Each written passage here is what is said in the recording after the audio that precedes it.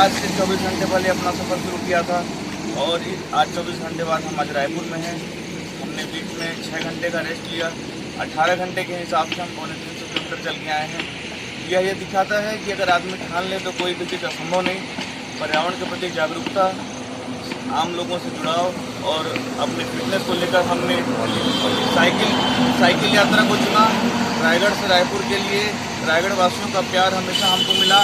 रायपुर में भी अभी हम आए हैं, एंटर किए हैं, तो जाहिर है कि हमने ये 18 घंटे में जो साइकिल यात्रा तय की, इसमें हम 4 लोग जो कि यहाँ पर थे, मेरे साथ राजेंद्र यादव, अपूर्व जैन और मोहम्मद शफी आलम, तीनों लोग हैं जो कि अपने अपने क्षेत्र में अलग अलग पर्यावरण के लिए काम कर रहे हैं।